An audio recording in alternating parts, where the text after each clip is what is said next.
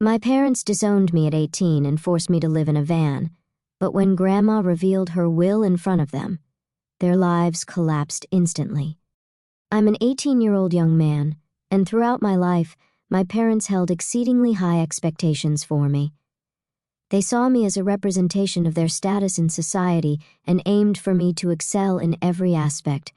From my earliest years, I felt the weight of their demands as they pushed me to achieve straight A's, win awards, join clubs, engage in sports, and participate in various volunteer activities. My life seemed to be meticulously planned from the moment I entered kindergarten. They insisted that I pursue a course I despised at a prestigious university of their choosing. Their motivation wasn't driven by my future success or financial stability. Instead, it was all about showcasing me as their accomplishment. Throughout my 18 years under their roof, they displayed no interest in my passions, hobbies, or dreams. They never bothered to inquire about my opinions, feelings, or thoughts. Concepts like freedom, privacy, and respect were nothing more than distant dreams in my life. In summary, my parents exerted complete control over every facet of my existence. They imposed strict academic standards, leaving me with no semblance of a social life. They made me dedicate countless hours to studying, even on weekends and holidays. Tutors and coaches were constantly monitoring my progress and skill development. Any mistake or failure resulted in harsh punishments, including public shaming in front of relatives and the few friends I had. Upon graduating from high school, my parents compelled me to apply for the course and university they had predetermined. They framed it as my sole option, denying me any say in the matter. They stressed that following their plan and making them proud was my duty and obligation, threatening severe consequences if I couldn't gain admission easily. They openly stated that university admission held more significance to them than my well-being and life itself. My worth and gratitude were measured solely by my ability to secure admission there. Unfortunately, their chosen course didn't align with my passion for the arts, which they were entirely unaware of.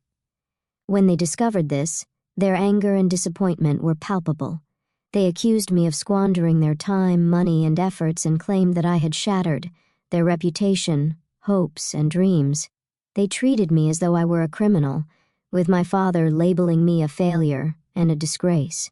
The repercussions they had threatened soon became a reality.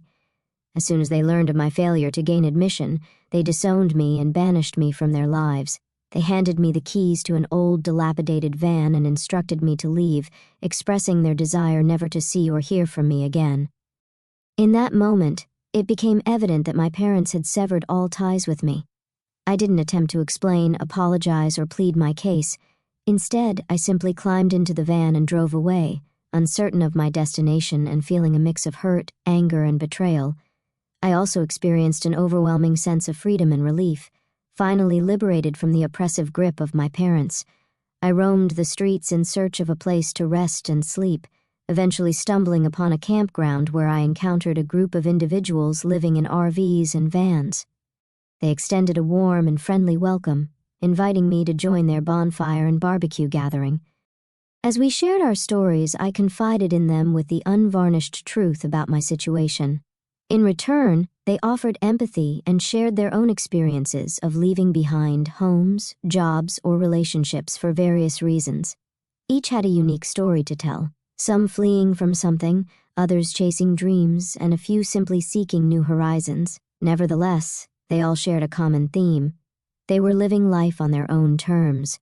Their acceptance and sense of value provided me with a newfound sense of belonging. Over the course of the next month, we stuck together, enjoying adventures and exploring the local area. We hiked, fished, swam, and indulged in games, all while engaging in lively conversations, laughter, songs, and dances. Together, we relished food, drinks, relaxation, and mutual support. We also pooled our resources to tackle practical challenges like vehicle repairs, resource hunting, making plans, and ensuring our safety. Moreover, this newfound community helped me recognize the toxicity of my parents' behavior and encouraged me to pursue my interests and passions. They wholeheartedly supported my quest to find my own path and goals, inspiring me with their tales of overcoming adversity to achieve success. That month spent with them was truly transformative. However, during this period, my parents made no effort to reach out to me. The sole family member I had contact with was my grandmother, but my parents had cautioned me not to reveal my homeless situation to her, leading me to fabricate stories about my well-being. My grandmother had always held a special place in my heart, being the only family member to treat me with kindness and respect. She showed me affection, gave me compliments, and stood up for me against my parents' harsh and unreasonable methods of raising me. She valiantly defended me from their cruel criticism and unjust punishments, providing solace during my times of distress. Despite residing apart from us, she financially supported my parents when they faced financial difficulties, frequently sending me money and supplies. She would call me at least once a week, and her spacious home always had a room set aside for me. She had urged me on multiple occasions to move in with her, and was well aware of my passions, offering unwavering encouragement and compliments for who I was. She never missed an opportunity to boost my confidence, acknowledging my intelligence, talents, and handsomeness. She recognized my potential and was willing to help me seize opportunities. Her love for me was unconditional, a stark contrast to my parents, who would often deceive her about my health and misappropriate her money. They eagerly awaited her inheritance, planning their retirement around the belief that they would receive a substantial sum of money and property from her. Before expelling me from their lives, my father had issued a stern warning, insisting that I mustn't divulge anything to my grandmother, knowing full well that she would stand by my side. I chose to withhold the truth from my grandmother because I didn't want to burden her with the knowledge that my parents had disowned me. I didn't disclose the fact that they had forced me out of their house, providing me with an old van and cutting off all contact with me. I kept up this deception not only due to my father's threats, but also because I wanted to shield her from worry, knowing that she was elderly and frail. When my grandmother would call, I continued to lie about my well-being out of love for her. However, I realized that I couldn't deceive her indefinitely. After a month of living outside in the van and making new friends, I decided to come clean and share the truth with her. I mustered the courage to call her and confess everything that had transpired. By the end of our conversation, tears were streaming down my face, and my grandmother, too, was weeping. She did her best to console me and expressed her anger toward my parents, labeling them as heartless, selfish, ignorant, foolish, abusive, and neglectful. She immediately invited me to her home and insisted that I stay with her. Upon seeing me, she embraced me tightly, determined to care for and protect me. She even apologized for my parents' actions, but I was hesitant to impose on her by staying in her home. She wouldn't hear of it and wouldn't let me leave.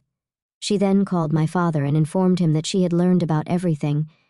Reading her will aloud to him, she declared that everything she owned belonged to me and admonished them for their terrible mistake and shameful behavior. She made it clear that she would cut them off from her inheritance, which was a significant blow to my parents given their financial struggles and their reliance on my grandmother's wealth and property to maintain their lavish lifestyle and social standing. They had always expected to inherit everything from her upon her passing, and had taken her generosity for granted.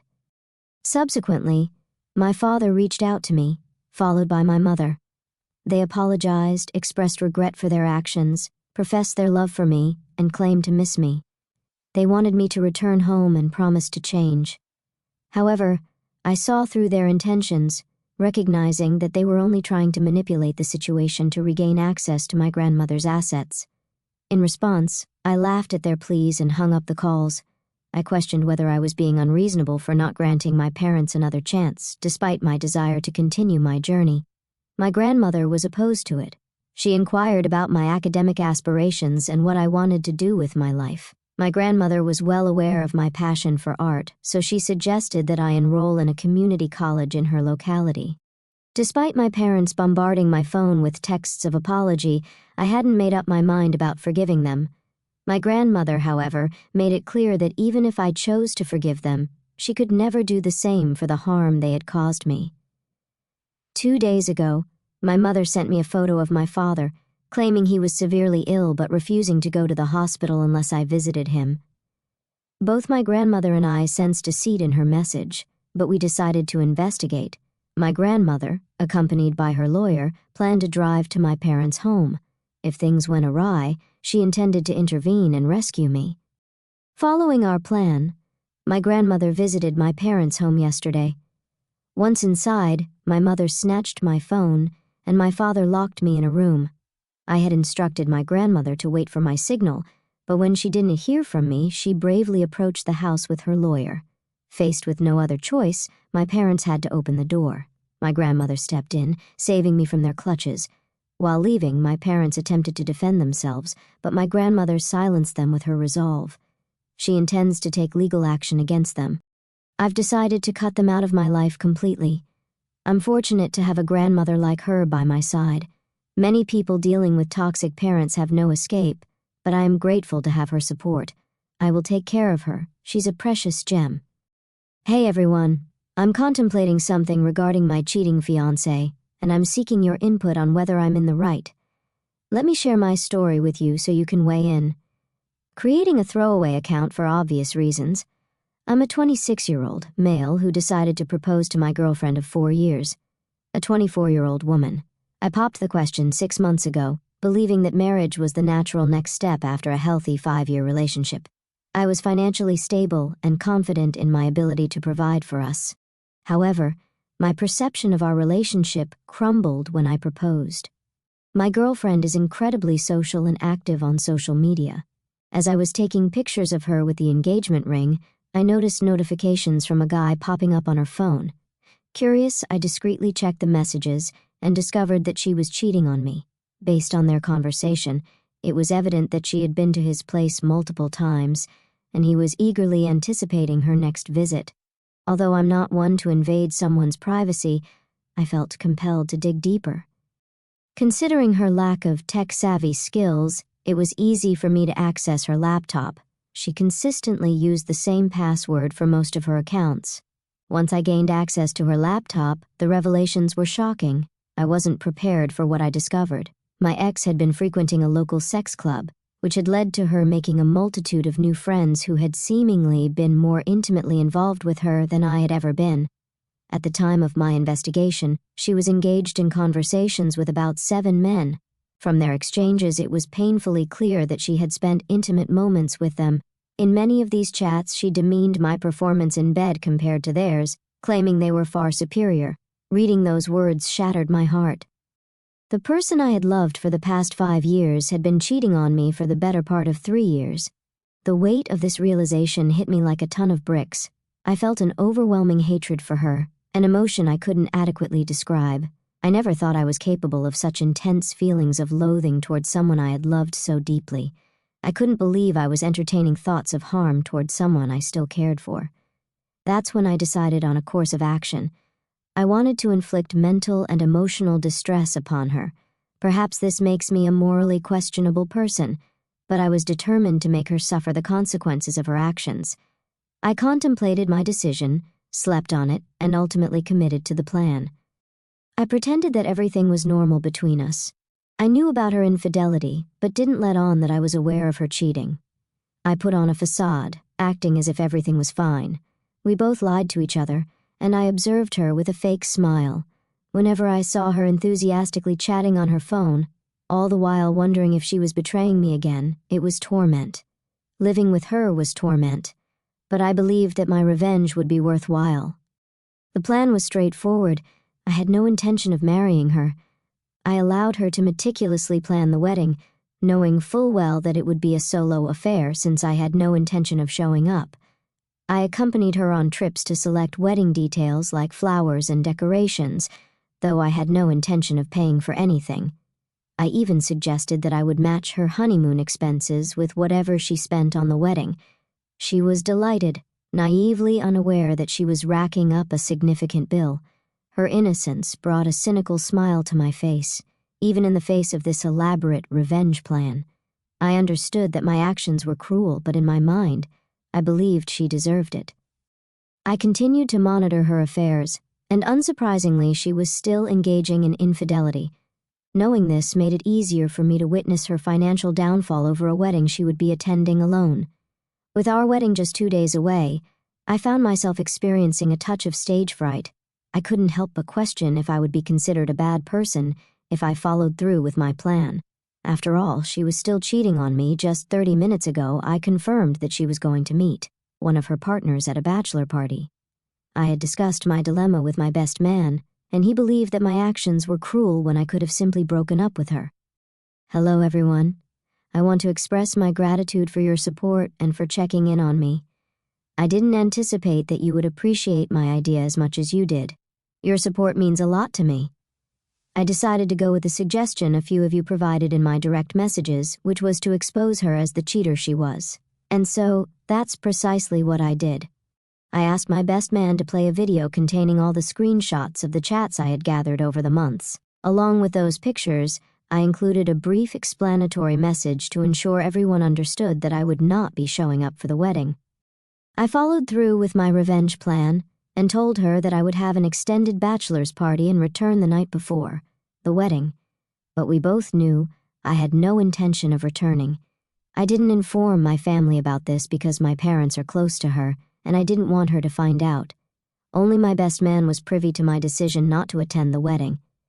As the wedding time approached, my phone was inundated with calls from both my parents and my cheating fiancé. She kept calling repeatedly until the calls abruptly stopped, presumably when the video was played in front of all the guests. Since then, I haven't received any calls from her, and my parents have tried to reach me once or twice, but I haven't answered. I'm reluctant to respond and be forced to explain why I kept my struggles hidden from them. I stayed in touch with my best man, who provided all the details about how the events unfolded. He described the humiliation she felt as the screenshots were displayed, revealing her sexting someone other than me. I had anticipated feeling a sense of satisfaction upon hearing the news, but the emotions I experienced far exceeded my expectations. Hello, everyone. The past 2 days have been quite intense. I finally returned home, which used to be the apartment we shared. The first thing that struck me was the absence of her belongings. It turned out she had moved out during these past 2 days. She left numerous voicemails on my phone, pleading for me to reconnect with her. In some, she sounded angry that I had abruptly exited her life without offering any closure. Yet in the same messages, she would break down, begging for forgiveness for her betrayal. I recognized that her words were driven by her longing for the comfort of our relationship, but I couldn't bring myself to fall for her act again. I had devoted years to her, pouring my heart and soul into our relationship. What had I received in return? Heartbreak. I consider myself fortunate to have discovered her infidelity before marrying her, but it still pains me. I wish I hadn't found myself in this situation.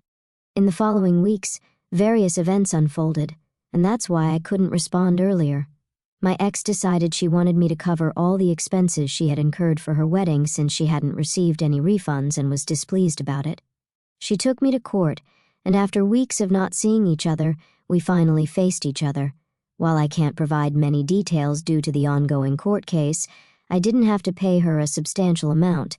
It was around 20% of what she had spent, and that was pretty much it. I had assumed that seeing her would evoke no emotions, but I was wrong. I felt terrible in her presence. I couldn't fathom how she thought it was acceptable to hurt me the way she did. I had wanted her by my side forever, while she decided that sleeping with others was a preferable choice. Now, somehow, I was painted as the villain for seeking retribution. I don't comprehend why she views my decision to distance myself and not forgive her as wrong. In my eyes, and in yours, I haven't committed a wrongdoing, and that's what truly matters to me. I have no desire to revisit the memories of this incident ever again. To the person offering advice, I appreciate your perspective, and you're right, I deserve better than what she has given me. As for exposing her secrets at the wedding, I've thought about it, but I've decided against it. I want to move past this chapter of my life.